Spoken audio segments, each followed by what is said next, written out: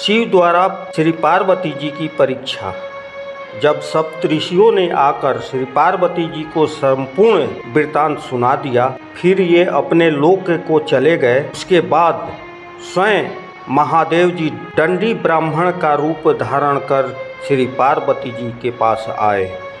तब श्री पार्वती जी को ब्रह्मचारी रूप में देखकर अत्यंत प्रसन्न हुए और उधर श्री पार्वती जी भी ब्राह्मण भेषधारी श्री शिव को देखकर प्रसन्न हुए। तब ब्राह्मण भक्ति में आकर उनका फल फूलों की भेंट से पूजन सत्कार करने लगी और बोली, विप्रवर, आप कहाँ से पधार रहे हैं? आप कौन हैं? यह सुनकर ब्राह्मण बोला, तपस्विनी, मैं एक तपस्वी हूँ, जहाँ कहीं अपने इच्छा अनुसार घूमता रहता हूँ। देवी, आप कौन हैं? किसकी कन्या हैं एवं तप किस लिए कर रही हैं? इतना सुनकर श्री पार्वती जी बोली, ब्राह्मण देवता, मैं हिमालय की कन्या हूँ। अपने द्वारा कामदेव को भस्म करके शिव मुझे त्याग कर कहीं चले गए हैं। तब उनके विरह में स्वर्ण नदी पर आकर और वहाँ बहुत समय तक तप करती रही, किंतु फिर भी मैं अपने प्राणनाथ को न पा सकी। अब मैं अपना प्रयत्न असफल होता देख अग्नि में जलकर मरना ही श्रेष्ठ समझा था। आपको आया देखकर मैं क्षण भर के लिए रुक गई हूँ। अब आप पधारे, मैं अग्नि में प्रवेश करूँगी। इस प्रकार कहकर उनके देखते देखते ही श्री पार्वती जी अग्नि में प्रवेश कर गई, किंतु श्री पार्वती जी के अग्नि में प्रवेश करते ही अग्नि चंदन के समान ठंडी हो गई। यह देखकर ब्राह्मण बोले, देवी जी, तुम्हें तो अग्नि भी जला नहीं सकती। हे भगवती, आप अपना मनोरथ मुझसे कहें।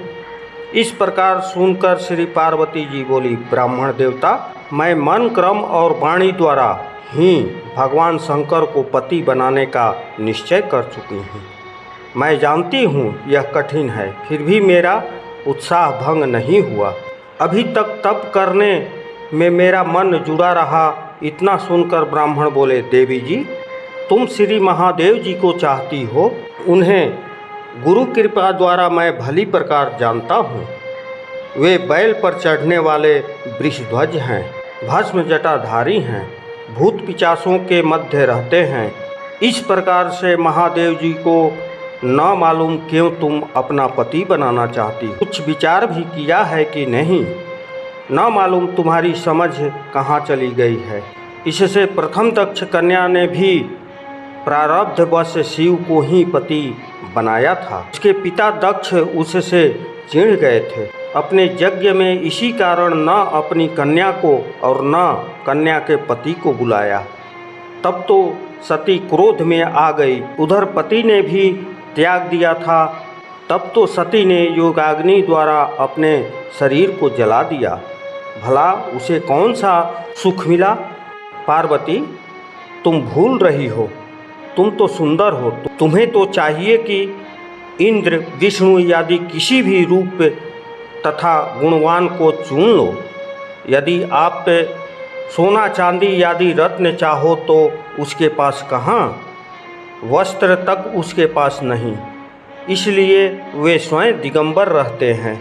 चढ़ने के लिए उसके पास केवल एक बूढ़ा बैल है, और क्या वर के योग्य कोई भी उसके गुण नहीं।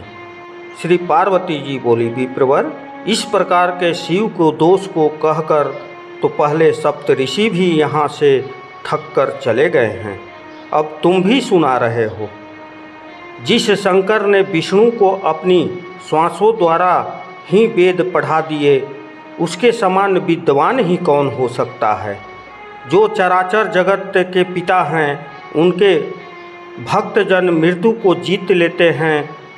ब्रह्मा, विष्णु, इंद्र आदि सभी देवता इन्हीं की रक्षा द्वारा अपने लोकों में सुख पा रहे हैं।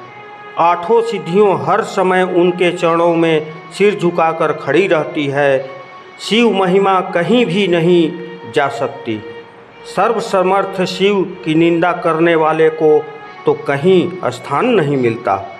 उसके सब पुण्य नष्ट हो जाते हैं। अतएव आपको शिव निंदा नहीं करनी चाहिए। अब तो मैं आपकी पूजा कर चुकी हूँ, अतः इस अपराध को क्षमा कर देती हूँ। आगे भूलकर भी निंदा न करना। मुझे पूर्ण विश्वास है वह मेरे इस मनोरथ को अवश्य पूर्ण करेंगे। श्री पार्वती जी ऐसा कहकर चुप हो गई और श्री महादेव के ध्यान में लग गई। तब विप्र वेशधारी भगवान शंकर ने कुछ कहना चाहा, तब तो क्रोध वेश में आकर पार्वती जी ने अपनी सखी विद्या से कहा, इस नीच ब्राह्मण को यहाँ से शीघ्र निकाल दो। यह शिव निंदा फिर से करने लगा है। शिव निंदा सुनने वाले भी पाप के भागी होते हैं। शिव निंदक तो मार देने योग्य है। यदि ऐसा न हो सके तो उस स्थान को शिव भक्त स्वयं त्याग दें। अतः हम इस स्थान को छोड़ करके ही दूसरे स्थान को चली जाती हैं। इतना कहकर श्री पार्वती वहाँ से चलने लगी। तब तो परम कृपालु सदाशिव अपने ही रूप में आ गए और बोले, पार्वती जी तुम कहाँ चली? मैंने तो तुम्हें त्यागा नहीं है, अब तुम ही मुझे त्याग रही हो। मैं तो तुम पर अतीव प्रसन्न हूँ। वर मांगो। प्राणेश्वरी, तुम तो अनादिकाल से ही मेरी पत्नी हो। अब लज्जा किस बात की? मैं तुम्हारी अनेक प्रकार के परीक्षाएं की है। तुम्हारे समान तो त्रिलोकी भर में कोई तपस्या करने वाला नहीं। मैं तुम्हारे बस में हूँ।